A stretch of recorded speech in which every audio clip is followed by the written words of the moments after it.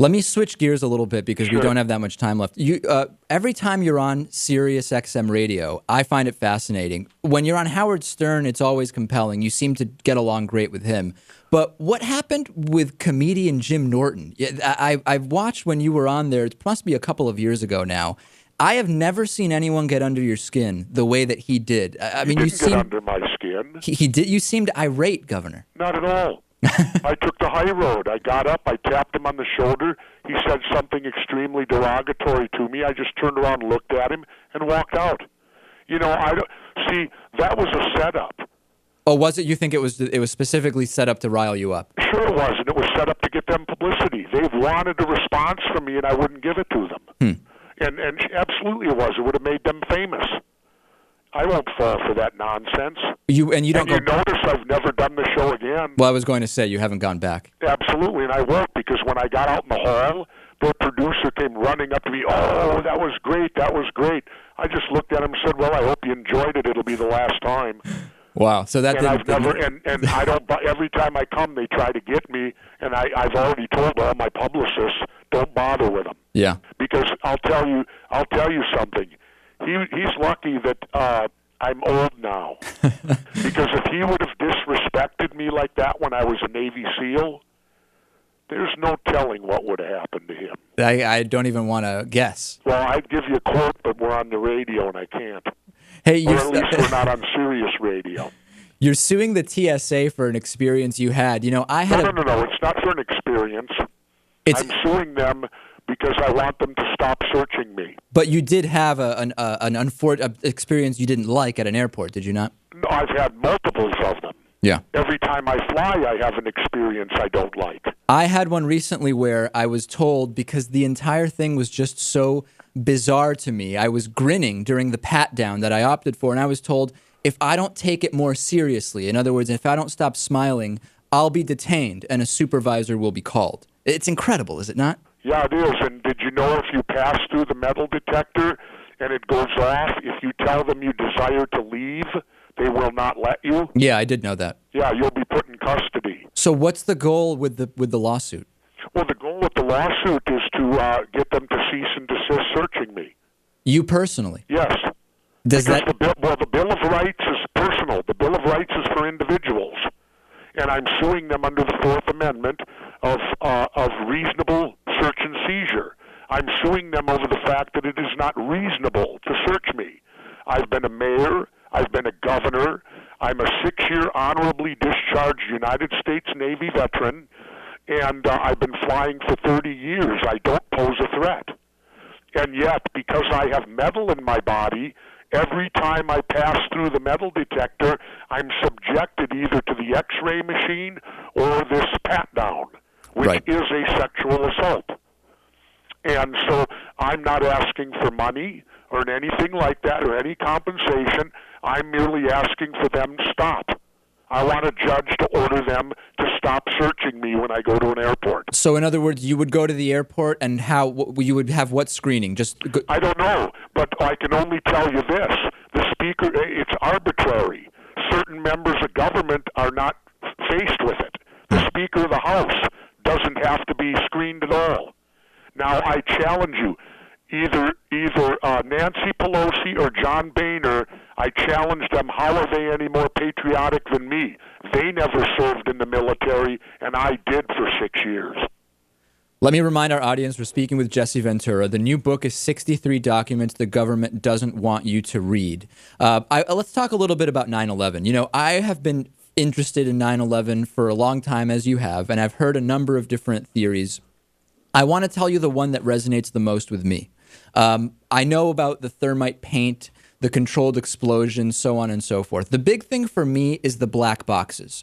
The black boxes which have always been recovered in every, as far as I know, airplane crash of every kind, including high heat, bottom of the ocean, absolutely everything. Yep. And here we are being told the official story is there are no black boxes. Yep. I'm not falling in as a truther or whatever people want to call me. That's just what strikes me as odd. What do you think? Well, I know that the black boxes were discovered. Because in my show, Conspiracy Theory, we spoke to a gentleman named Mike Malone who was dying. he was at the site and worked there 100 and some or 200 straight days or whatever, and Mike's dying, because they also lied and said it was safe, and it wasn't. Many of the people that worked to clean it up are now history. They're dead. And Mike Malone was there the night that they found 3 of them, 3 of the 4. He said that he personally saw one of them discovered, and his partner on the ATV said, he came back and said, well, they found 2 more. They were loaded into a black van and taken away by federal officials, and then the official word came out that they were never found. So what's the goal? Mike Malone knows different. And then I talked to another man, Linder, who spoke to someone, and off the record, the guy said, well, what do you want, it on the record? He said, on the record, they never found them. And then he said, well, give me it off the record. He said, off the record, absolutely, they found them. And what is the goal with occulting the finding of those boxes? What is the what? What's the goal? In other words, what is there to gain by hiding the black boxes? Well, because that would indicate whatever communication went on during the flight. It would also indicate clearly what the plane did. See, one box handles communication, the other box handles the performance of the plane. And so something there, and of course they said the plane that hit the Pentagon completely disintegrated, which is a lie. Yeah. How do carbon, titanium, steel engines disintegrate? It's the hardest substance known to man. So again, this is one of those instances where, because there are so many unanswered questions, I really feel that some people are taken advantage of and are drawn into some of these theories. Again, not that I don't have my doubts. I mean, like I said, the black boxes are a question to me. But people are so desperate to have closure and an answer that I feel they will believe literally almost anything. And how can we discern what is true and what is not? Well, that's difficult. The best way is to talk to people that were there, talk to people that would actually know. And in most cases, the government only produces a theory. They don't know. Everything, you know what the simplest thing that tells me is? Why hasn't bin Laden been indicted? Well, we don't know where he is. I mean, he's on the most wanted. We can't find the guy. You don't need to know where a person is to indict them. Do you know what an indictment is? Yeah, I just don't know what is there to gain. An indictment is where the government forms a grand jury, then they could legally go after bin Laden. That's what you're supposed to do. You convene the grand jury. It's only the prosecution side. The government comes in and shows a group of citizens like you and I their evidence, enough of it. We then make a determination, there's enough meat on the bone. We'll order an indictment. This should go to a trial. But the person, again, is innocent until proven guilty. But I don't know what we stand to gain from that. What would that clear? I'll tell you what we stand to gain. We could learn whether the government really has any evidence. What have they shown you? Tell me the evidence the government has shown you. Well, there's really only the 9/11 Commission report, which, as we know, seems to be missing a lot of things. Yeah, well, no. I mean, what else, though? What have they shown you? Me personally, nothing. Oh, no. What have you learned? What information do you have from the government that clearly says Osama bin Laden did this? Nothing. Yeah.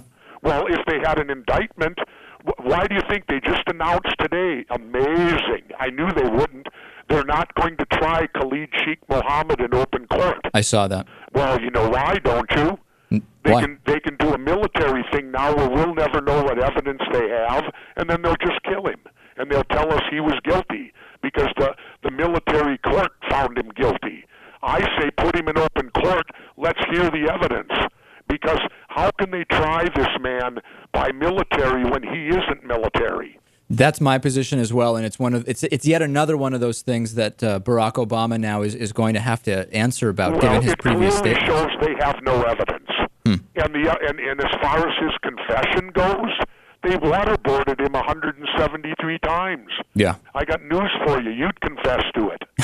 I've been waterboarded. Yeah. I know what it is. So is my producer. I was waterboarded at what they call SEER school. Yeah. It was a required school before you went in the combat zone in Vietnam. For my producer, it was just at a weird party, but he still didn't like it, I'll tell you. Well, then he wasn't really waterboarded. Yeah, no, it was completely controlled. Well, the waterboarding is controlled, but they strap you down to where you can't move. So you're subjected to it until they're done with you. Right. You don't sit up like man cow. The guy on the radio, he got waterboarded. Yeah. And lasted a total of, 6 seconds? Yeah, I did see that. And he said it was the worst thing he'd ever experienced in his life. And he changed his opinion. Before that, he was of the opinion, well, it's not just torture. Waterboarding, that's no big thing. After he got it done, he said, I was wrong. He said, this is the most painful thing that I've ever had done to me. Again, the book is 63 documents the government doesn't want you to read. Jesse Ventura is the author, and he's been with us. I want to mention also you have a bunch of book signings coming up. Later today, you'll be at Borders Penn Station. You're in New Jersey and New York for the next few days. People should go onto the Facebook page, facebook.com/63 documents the government doesn't want you to read. Governor, thanks so much for joining us again. Hold on, let me add something. I now actually have my own website. Oh, okay, go ahead. It went up on Friday, so anyone, it's all one word. It's weain'tgottimetobleed.com. Very good. Governor, thank you so much. Great to talk to you. Okay, thank you, David. Always a pleasure. Bye. Bye.